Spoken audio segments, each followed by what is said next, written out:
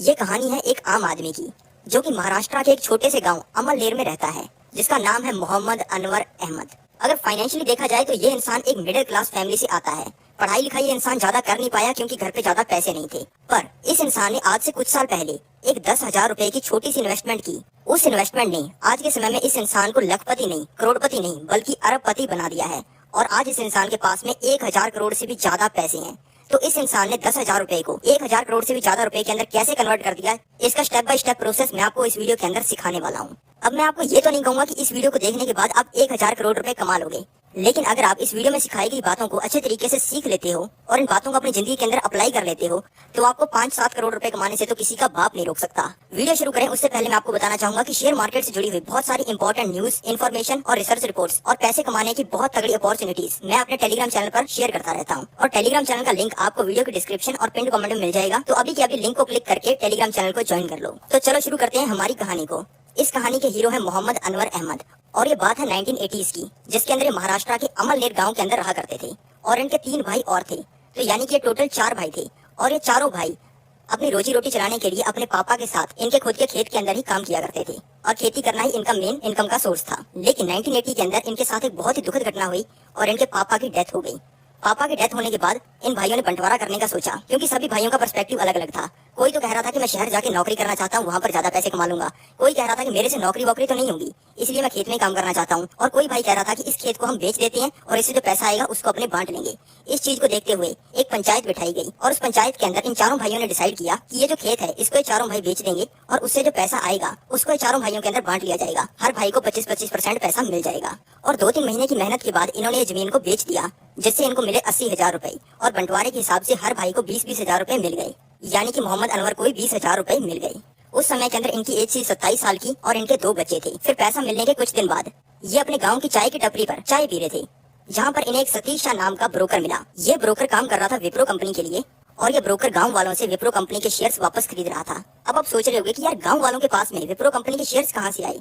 अजीम प्रेमजी, जो कि इंडिया के 18वें सबसे अमीर इंसान है, जिनकी नेटवर्थ है $9.3 बिलियन की, इनके पापा ने 1947 के अंदर अमलनेर गांव में, जहां पर मोहम्मद अनवर रह रहे थे, वहां पर एक वेजिटेबल ऑयल मैन्युफैक्चरिंग का प्लांट लगाया था और ज्यादातर अमलनेर गांव के लोग ही इस प्लांट के अंदर काम कर रहे थे। उस समय में विप्रो कंपनी अपनी कंपनी के अंदर काम करने वाले लोगों को सैलरी के साथ में बहुत सारे शेयर्स भी दिया करती थी। फिर 1980s के अंदर कंपनी ने सोचा कि जो 1947 के अंदर कंपनी ने शेयर्स दिए हैं गांव वालों को, इसको वापस खरीद लिया जाए। इससे कंपनी को बहुत ही बड़ा मुनाफा होगा, क्योंकि इन शेयर्स की वैल्यू आने वाले समय के अंदर बहुत ज्यादा बढ़ने वाली है। लेकिन उस समय के अंदर सतीश शाह को गांव में कोई नहीं पूछता था। सभी सोचते थे ये सेल्समैन सा चड्डियां बेचने वाला होगा। ऊपर से गांव वालों को लगता था ये सूट बूट पहन के हमारी बहन बेटियां छेड़ने आया है। इसी वजह से कोई गांव वाला इनको अपने शेयर्स नहीं बेच रहा था। इसी वजह से चाय की टपरी पर बहुत ही दुखी होकर बैठे थे। मोहम्मद अनवर ने इनको देखा और इनसे पूछा कि भाई इतने दुखी क्यों बैठे हो। इन्होंने अपनी सारी दिक्कत मोहम्मद अनवर को बता दी। मोहम्मद अनवर ने कहा कि आप मेरे साथ चलो, गांव के अंदर अपना पूरा भौकाल है, गांव वालों से शेयर वापस लेने में क्या बड़ी बात है, मैं तो आपको गांव के अंदर रिश्ता और करवा सकता हूँ। तो मोहम्मद अनवर इनके साथ चले गए शेयर्स खरीदने के लिए।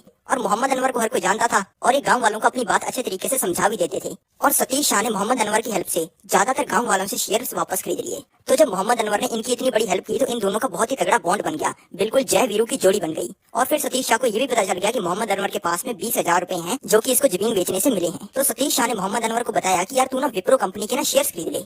मोहम्मद अनवर ने पूछा कि भाई ये शेयर मार्केट क्या होता है और ये शेयर्स खरीद के मुझे क्या फायदा होगा। तो सतीश शाह ने बताया, भाई ये शेयर मार्केट एक ऐसी जगह है जहाँ पे कोई भी आम इंसान, अंबानी, अडानी, टाटा, बिरला, किसी के भी बिजनेस में इन्वेस्ट कर सकता है। अगर कोई आम आदमी 1-2 हजार रुपए लेकर इनके ऑफिस के अंदर चला जाएगा और बोलेगा कि मुझे आपकी कंपनी के अंदर पैसा लगाना है, तो ये पॉसिबल नहीं हो पाएगा। पर शेयर मार्केट की हेल्प से हम इन्हीं लोगों के बिजनेस के अंदर इन्वेस्ट कर सकते हैं। मान लो आपको मुकेश अंबानी के बिजनेस में इन्वेस्ट करना है, तो मुकेश अंबानी जी कंपनी रिलायंस के स्टॉक का प्राइस अभी 2500 रुपए चल रहा है।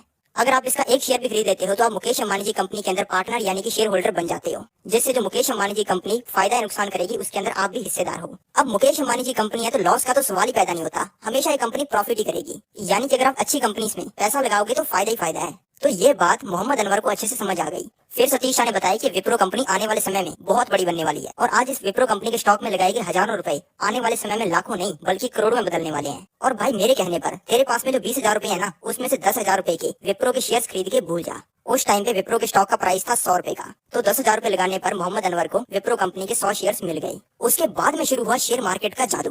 1980 में मोहम्मद अनवर ने शेयर्स खरीदे थे और 1981 के अंदर विप्रो कंपनी ने दिया 1:1 का बोनस। इसका मतलब है कि जिसके पास में एक शेयर है उसको एक और शेयर फ्री में मिलेगा, जिससे अनवर को 100 शेयर फ्री में मिले और टोटल उसके पास में 200 शेयर हो गए। फिर 1985 के अंदर कंपनी ने 1:1 का बोनस फिर दिया, जिससे अनवर के 200 शेयर 400 में बदल गए।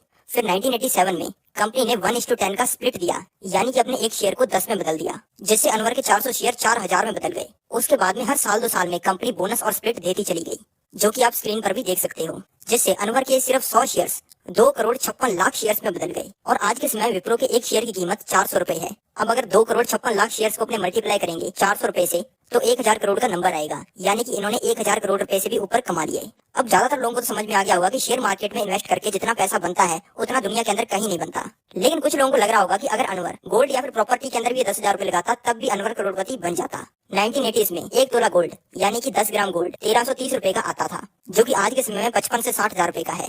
यानी कि गोल्ड का प्राइस इन सालों के अंदर 45 गुना हो गया। यानी कि अगर अनवर ने उस समय में 10,000 रुपए का गोल्ड खरीदा होता तो आज के समय में उस गोल्ड की कीमत 4,50,000 रुपए होती। अब बात कर लेते हैं प्रॉपर्टी की। प्रॉपर्टी हर साल ऑन एन एवरेज 8% से लेकर 10% बढ़ती है। चलो अपने हायर साइड पर 10% पकड़ देते हैं, तो तब से लेकर अब तक प्रॉपर्टी के रेट 60 गुना हो चुके हैं। यानी कि प्रॉपर्टी में लगाए हुए अनवर के 10,000 रुपए आज के समय में 6 लाख रुपए बन जाते, जो कि अनवर के 1000 करोड़ के सामने कुछ भी नहीं है। और अगर अनवर ये 1000 करोड़ के शेयर्स को बेच के इस पैसे को बैंक एफडी के अंदर भी डाल देता है ना, तो डेली का ब्याज बनता है 20 लाख रुपए का। तो यानी कि गोल्ड और प्रॉपर्टी के 43 साल के रिटर्न से भी ज्यादा तो अनवर के 1000 करोड़ रुपए का ब्याज बनेगा। अब आपको ये तो समझ आ गया होगा कि शेयर मार्केट से कितना ज्यादा पैसा बनता है, और ऐसी जबरदस्त वीडियोस आपको इस चैनल पे मिलने वाली हैं। तो जल्दी से इस चैनल को सब्सक्राइब कर लो।